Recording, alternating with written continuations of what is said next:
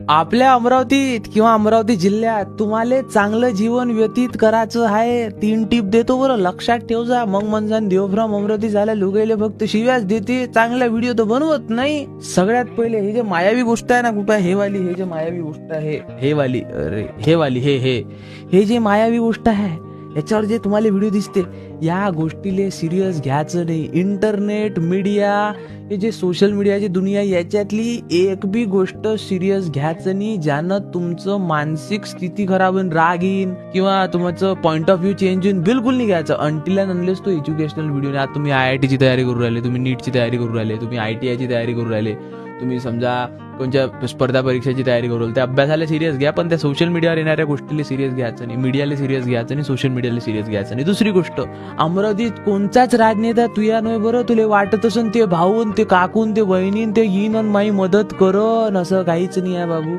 कोणचाच राजनेत्याले तुई पडली नाही आहे.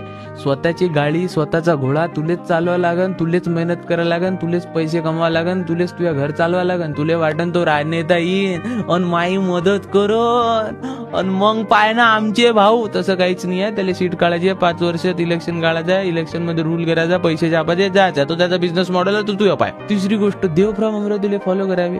100K आतापर्यंत माझ्या फॉलोअर नाही झाले बटे, छपरी लोकांचे झाले, मायानी झाले.